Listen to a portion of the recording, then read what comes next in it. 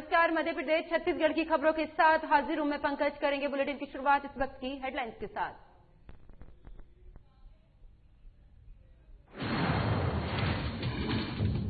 मध्य प्रदेश विधानसभा के बजट सत्र में हंगामा। सीएम शिवराज और पूर्व सीएम के बीच हुई नोकझोंक के बाद पेट्रोल की बढ़ती कीमतों पर हुई चर्चा। सीएम ने केंद्र सरकार पर साधा निशाना। कोरोना वैक्सीन को लेकर सीएम ने दिया बयान, कहा केंद्र नहीं तो हम अपने पैसों से लगवाएंगे टीका। मध्य प्रदेश में 9वीं से 12वीं तक होंगे प्रैक्टिकल एग्जाम। 5 अप्रैल को जारी होगा टाइम टेबल। कोरोना के नियमों का पालन करने के दिए आदेश। और पूरे देश में पेट्रोल की कीमतों में हो रहा लगातार बढ़ोतरी, लोगों की जेब पर पड़ रहा खासा असर। कहा कोरोना के साथ महंगाई की भी पड़ रही दोहरी मार। तो चलिए बुलेटिन की शुरुआत करते हैं इस वक्त की बड़ी खबर के साथ। तो मध्य प्रदेश विधानसभा में बजट सत्र के 5वें दिन मुख्यमंत्री शिवराज सिंह चौहान और नेता प्रतिपक्ष कमलनाथ के बीच तीखी नोकझोंक देखने को मिली और ये नोकझोंक दिलचस्प किस्सों से होकर गुजरी। बता दें कि सदन में कचरे पर शुरू हुई बहस शिवराज सिंह चौहान की साइकिल पर आकर थमी। शिवराज और कमलनाथ के बीच टकराव की स्थिति बनी तो कई मुद्दों पर दोनों के बीच हंसी मजाक भी इस दौरान देखने को मिला। वहीं पेट्रोल और डीजल में बढ़ोतरी को लेकर सदन में राज्यपाल के अभिभाषण चर्चा के दौरान सीएम शिवराज सिंह चौहान ने भी अपना भाषण दिया है। उसी दौरान मौके पर नेता प्रतिपक्ष कमलनाथ ने सीएम शिवराज सिंह चौहान से निवेदन किया कि आपकी जो साइकिल थी वो मुझे भिजवा दीजिए। इस पर सीएम शिवराज सिंह चौहान ने जवाब दिया कि मैं वो साइकिल आपको किसी भी कीमत पर नहीं भेज पाऊंगा क्योंकि मुझे आपकी उम्र का भी ध्यान रखना है। साथ ही कमलनाथ ने शिवराज पर ये तंज इसलिए कसा क्योंकि साल 2008 में मुख्यमंत्री रहते हुए शिवराज सिंह चौहान ने पेट्रोलियम पदार्थों के दामों में बढ़ोतरी के खिलाफ साइकिल से मंत्रालय जाकर ये विरोध जताया था। उस समय केंद्र में यूपीए की सरकार थी और पेट्रोल के दाम 50 रुपए प्रति लीटर थे। अब मोदी सरकार में दाम 100 रुपए प्रति लीटर के पार हो गए हैं। तो आज मध्य प्रदेश विधानसभा के बजट सत्र का 5वां दिन है। साथ ही आपको ये भी बता दें कि इस दौरान मुख्यमंत्री शिवराज सिंह चौहान और नेता प्रतिपक्ष कमलनाथ के बीच तीखी नोकझोंक देखने को मिली। आपको बता दें कि ये नोकझोंक काफी दिलचस्प किस्सों से होकर गुजरी। बता दें कि सदन में कचरे पर शुरू हुई बहस शिवराज सिंह चौहान की साइकिल पर आकर थमी, जहां इस दौरान कई मुद्दों पर चर्चा भी की गई।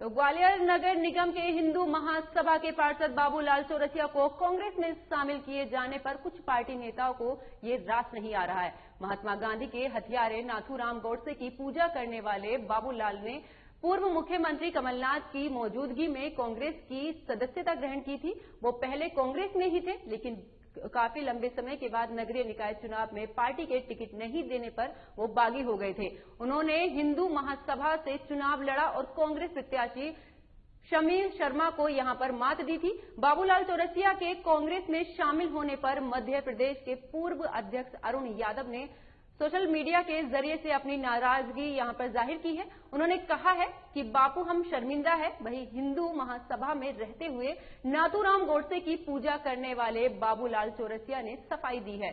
साल 2017 में मुझे धोखे में रखकर गोडसे की मूर्ति पर यहां पर जल चढ़ाया गया था। मुझे नहीं पता था कि वो मूर्ति गोडसे की थी। बाद में पता चला कि गोडसे का मंदिर बन रहा है तो मैं कांग्रेसी हूं, मेरी घर वापसी हुई है। हिंदू महासभा ने बाबूलाल के आरोपों पर पलटवार करते हुए कहा है कि क्या वो बच्चे हैं जो धोखे में थे। हर कार्यक्रम में भगवा टोपी पहनकर घूमते फिरते थे। नाथूराम गोडसे मंदिर की प्लानिंग में भी वो काफी टाइम से शामिल थे।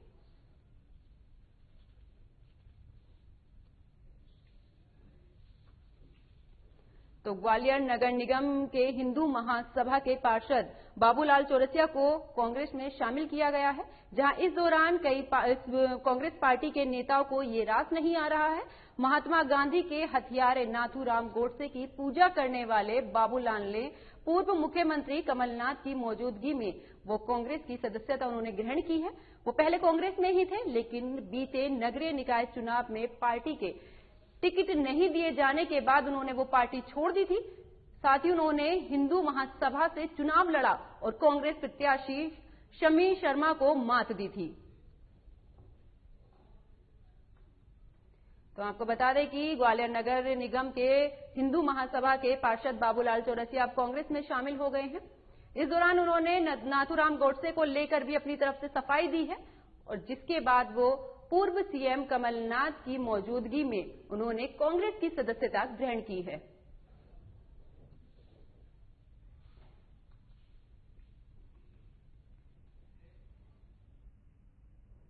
तो मध्य प्रदेश में कोरोना संक्रमण के मामले एक बार फिर से बढ़ने लगे हैं, जिसको लेकर शिवराज सरकार अलर्ट मोड पर आ गई है।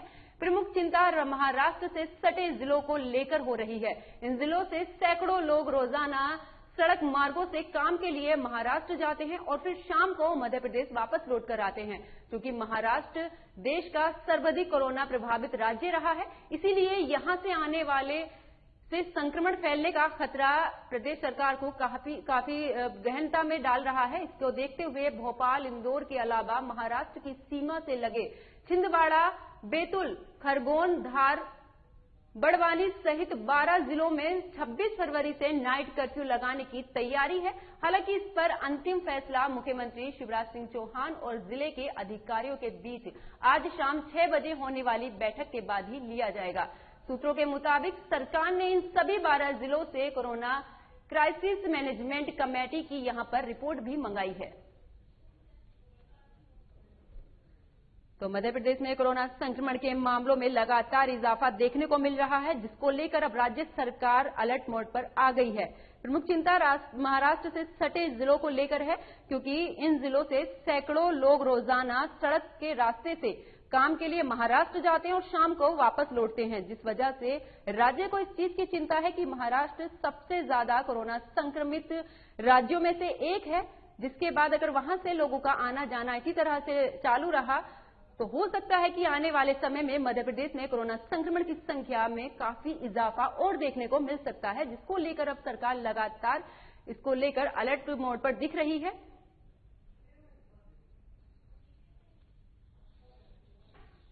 तो आपको बता दें कि 26 फरवरी से नाइट कर्फ्यू लगाने की तैयारी को लेकर भी सरकार आज शाम 6 बजे एक बैठक करेगी, जिसमें तमाम मुद्दों पर चर्चा की जाएगी।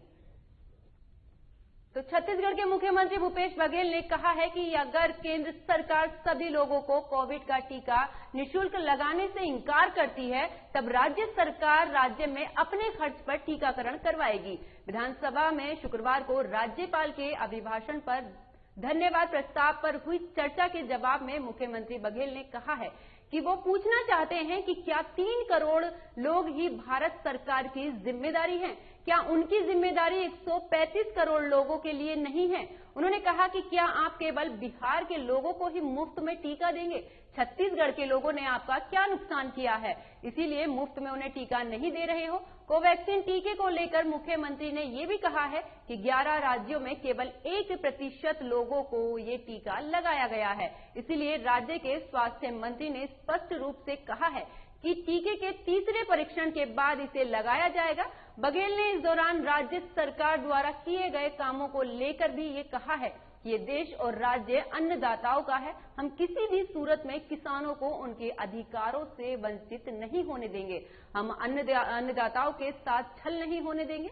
साथ ही मुख्यमंत्री ने यह भी कहा है कि केंद्र सरकार ने केंद्रीय पूल में 16 लाख मैट्रिक टन चावल जमा करने की सहमति भी दी थी, लेकिन आज केंद्र ने केवल 24 लाख मैट्रिक टन जमा करने की अनुमति दी है।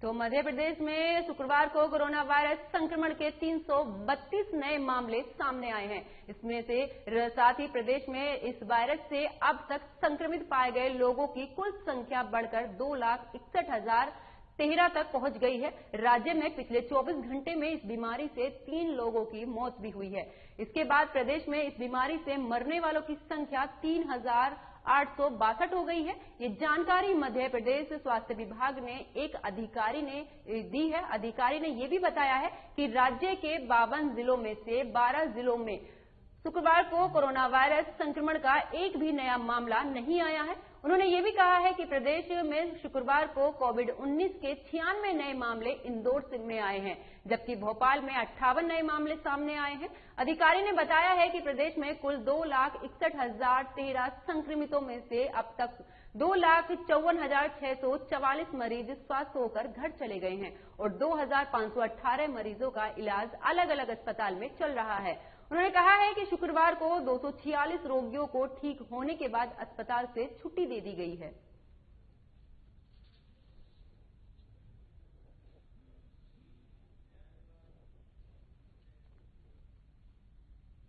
तो मध्य प्रदेश में कोरोना संक्रमण के 332 नए मामले सामने आए हैं और उनके साथ ही प्रदेश में अब तक संक्रमित पाए गए लोगों की संख्या 2,61,013 तक पहुंच गई है। वहीं राज्य में पिछले 24 घंटे में इस बीमारी से 3 लोगों की मौत हो चुकी है। बता दें कि ये जानकारी स्वास्थ्य विभाग के एक अधिकारी ने दी है।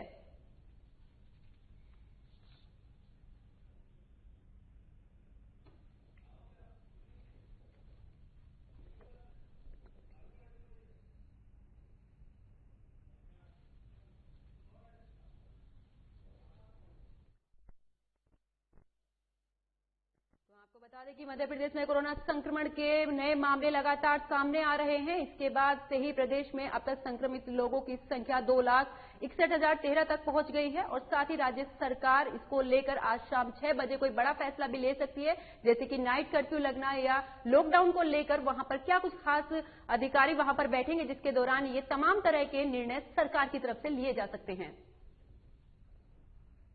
तो मध्य प्रदेश में माध्यमिक शिक्षा मंडल की परीक्षाओं के प्रैक्टिकल एग्जाम 15 अप्रैल से होंगे। इस दौरान 9वीं से 12वीं तक के प्रैक्टिकल एग्जाम कराए जाएंगे। प्रैक्टिकल एग्जाम के लिए टाइम टेबल 5 अप्रैल को ये जारी कर दिया जाएगा। आपको बता दें कि इस साल 9वीं से 12वीं तक की नियमित कक्षाएं बीते 18 दिसंबर से शुरू हो गई है और अभी 60% विद्यार्थी ही स्कूल आ रहे हैं। साथ ही ये भी बता दें कि 30 अप्रैल से 10वीं और 12वीं की बोर्ड परीक्षाएं यहां पर शुरू होने वाली हैं और वहीं 9वीं और 11वीं की मार्च से परीक्षाएं होंगी, जिसमें कोरोना के नियमों का खासा ख्याल रखने के लिए सभी स्कूलों को कहा गया है। तो मध्य प्रदेश में माध्यमिक शिक्षा मंडल की परीक्षाएं होंगी। जो ये प्रैक्टिकल एग्जाम जो है वो 15 अप्रैल से शुरू हो जाएंगे। इस दौरान 9वीं से 12वीं तक के प्रैक्टिकल एग्जाम कराए जाएंगे। प्रैक्टिकल एग्जाम के लिए टाइम टेबल 5 अप्रैल को जारी कर दिया जाएगा। आपको बता दें कि इस साल 9वीं से 12वीं तक की नियमित कक्षाएं 18 दिसंबर से शुरू हुई हैं और अभी 60% विद्यार्थी ही स्कूल आ रहे हैं। साथ ही आपको ये भी बता दें कि 30 अप्रैल से 10वीं और 12वीं की बोर्ड परीक्षाएं जो हैं वो शुरू हो जाएंगी और 9वीं और 11वीं की जो परीक्षाएं हैं वो मार्च में होंगी। साथ ही इन परीक्षाओं के दौरान कोरोना गाइडलाइन का पूरी तरह से पालन किया जाएगा। सोशल डिस्टेंसिंग को देखते हुए स्कूलों में उसकी व्यवस्था की जाएगी, मास्क की व्यवस्था की जाएगी, सैनिटाइजेशन की भी व्यवस्था इस दौरान कराई जाएगी।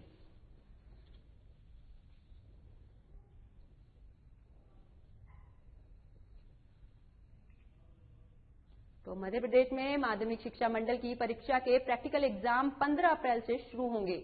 इस दौरान 9वीं से 12वीं तक के प्रैक्टिकल एग्जाम कराए जाएंगे और इसकी जो डेट शीट है वो 5 अप्रैल को जारी हो जाएगी।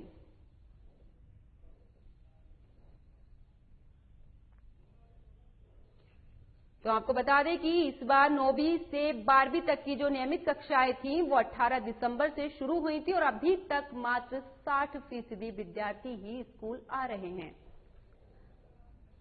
तो आपको बता दें कि 15 अप्रैल से प्रैक्टिकल एग्जाम शुरू हो जाएंगे।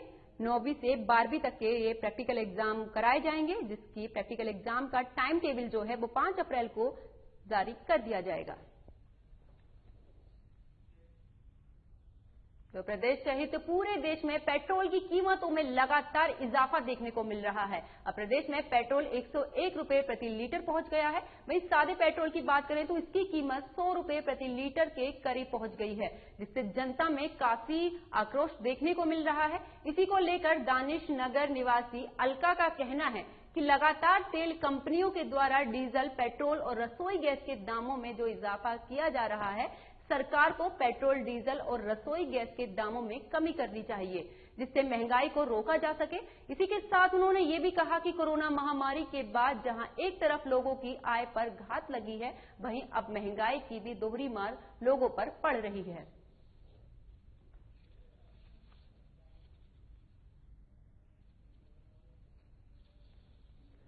तो प्रदेश सहित पूरे देश में पेट्रोल की कीमतों में लगातार इजाफा हो रहा है।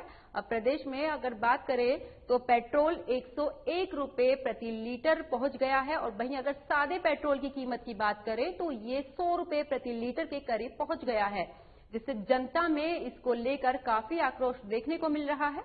इसी को लेकर दानिश नगर निवासी अलका का कहना है कि लगातार तेल कंपनियों के द्वारा डीजल, पेट्रोल और रसोई गैस के दामों में जो बढ़ोतरी हो रही है, सरकार को इन सभी पर कमी लानी चाहिए, जिससे लोगों को महंगाई से राहत मिल सके। तो आपको बता दें कि कोरोना महामारी के बाद जहां एक तरफ लोगों की आय कम हुई है, तो वहीं अब बढ़ते पेट्रोल और डीजल की वजह से उन पर दोहरी मार पड़ रही है। तो बढ़ते पेट्रोल, डीजल की कीमतों को लेकर लोगों में खासा आक्रोश देखने को मिल रहा है। लगातार पेट्रोल, डीजल और रसोई गैस की कीमतों में बढ़ोतरी हो रही है। अगर बात करें मध्य प्रदेश की, तो पेट्रोल की कीमत 101 रुपए प्रति लीटर पहुंच गई है और साथ ही अगर बात करें सादा लीटर पेट्रोल की, तो वो 100 रुपए के आसपास पहुंच चुकी है।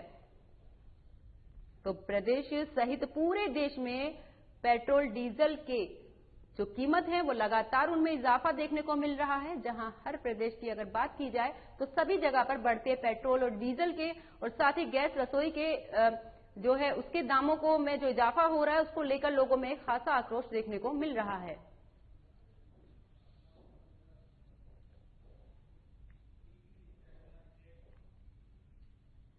तो हिंदू महासभा के नेता बाबूलाल चौरसिया की कांग्रेस में एंट्री से गहरा असंतोष फैला हुआ है। अंदरूनी खलबली के साथ कुछ नेता मुखर होकर विरोध भी जता रहे हैं।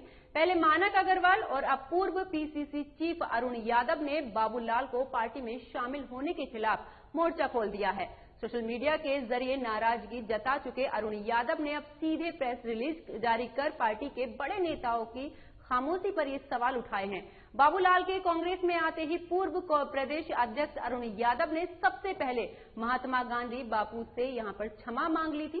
उन्होंने सोशल मीडिया पर लिखा था, बापू हम शर्मिंदा है।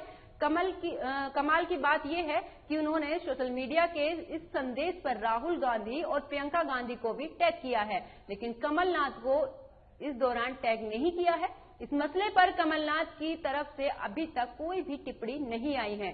अब अरुण यादव ने दूसरा ट्वीट भी किया है। इसमें उन्होंने सीधे सीधे अपनी बात कही है। उन्होंने लिखा है कि महात्मा गांधी और गांधी जी की विचारधारा के हथियारे के खिलाफ मैं खामोश नहीं बैठ सकता हूं। अरुण यादव ने कहा है कि इसके साथ एक प्रेस रिलीज भी उनकी तरफ से पोस्ट की गई है, जिसमें खासी नाराजगी देखी गई है।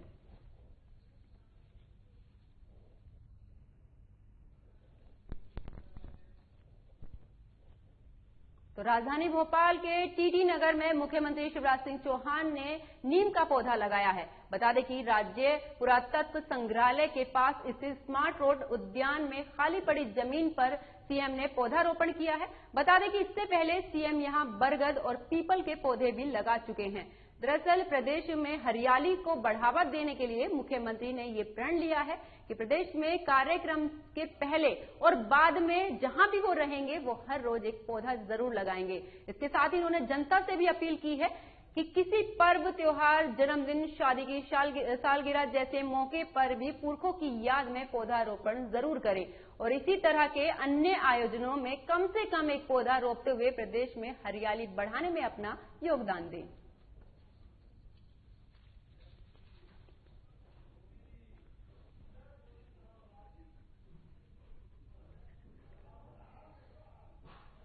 तो मुख्यमंत्री शिवराज सिंह चौहान ने एक नीम का पौधा लगाया है। आपको बता दें कि राजधानी भोपाल के टीटी नगर में उन्होंने ये पौधारोपण किया है। आपको बता दें कि राज्य पुरातत्व संग्रहालय के पास स्मार्ट रोड उद्यान में खाली पड़ी जमीन पर सीएम ने पौधारोपण किया है और साथ ही उन्होंने ये भी लोगों से अपील की है कि कोई भी समारोह हो या कोई भी ऐसा अवसर हो, उस पर आप सभी से अपील है कि एक पौधा लगाएं और राज्य को हरियाली युक्त बनाएं। तो छत्तीसगढ़ के बिलासपुर में एक किसान ने खास तरह की गोभी उगाई है, जिसको 3 गुना दाम पर लोग खरीदने के लिए तैयार हैं। इस गोभी की खासियत क्या है, इसके बारे में हम आपको बताएंगे, लेकिन इससे पहले हम आपको किसान के बारे में बताते हैं। बिलासपुर जिले के मल्हार के किसान जदुनंदन वर्मा इन दिनों काफी चर्चाओं में हैं, क्योंकि उन्होंने अपने खेत में कुछ ऐसा किया है जो अमूमन देखने को नहीं मिलता है। आपको बता दें कि जदुनंदन वर्मा ने अपने खेतों पर कुदरती तौर पर गुलाबी और पीले रंग की गोभी लगाकर सभी को चौंका दिया है। खास बात यह है कि इसमें किसी भी तरह का बाहरी कलर इस्तेमाल नहीं किया गया है। गुलाबी और पीले रंग की एक फूल गोभी पूरी तरह से नेचुरल है और ऑर्गेनिक खेती के जरिए से इसे तैयार किया गया है। वहीं वर्मा ने यह भी बताया है कि फिलहाल प्रयोग के तौर पर 60 डिसमिल में उन्होंने 300 पौधे लगाए थे। कुछ समय पहले उन्होंने स्विट्जरलैंड की सिजेंटा कंपनी के बीज वो लेकर आए थे और उसके बाद उन्होंने अपने खेत में इनको लगाया। वर्मा ने यह भी बताया है कि उन्होंने खेती में नए नए प्रयोग करने का शौक है और इसी के चलते ये मुमकिन हो पाया है।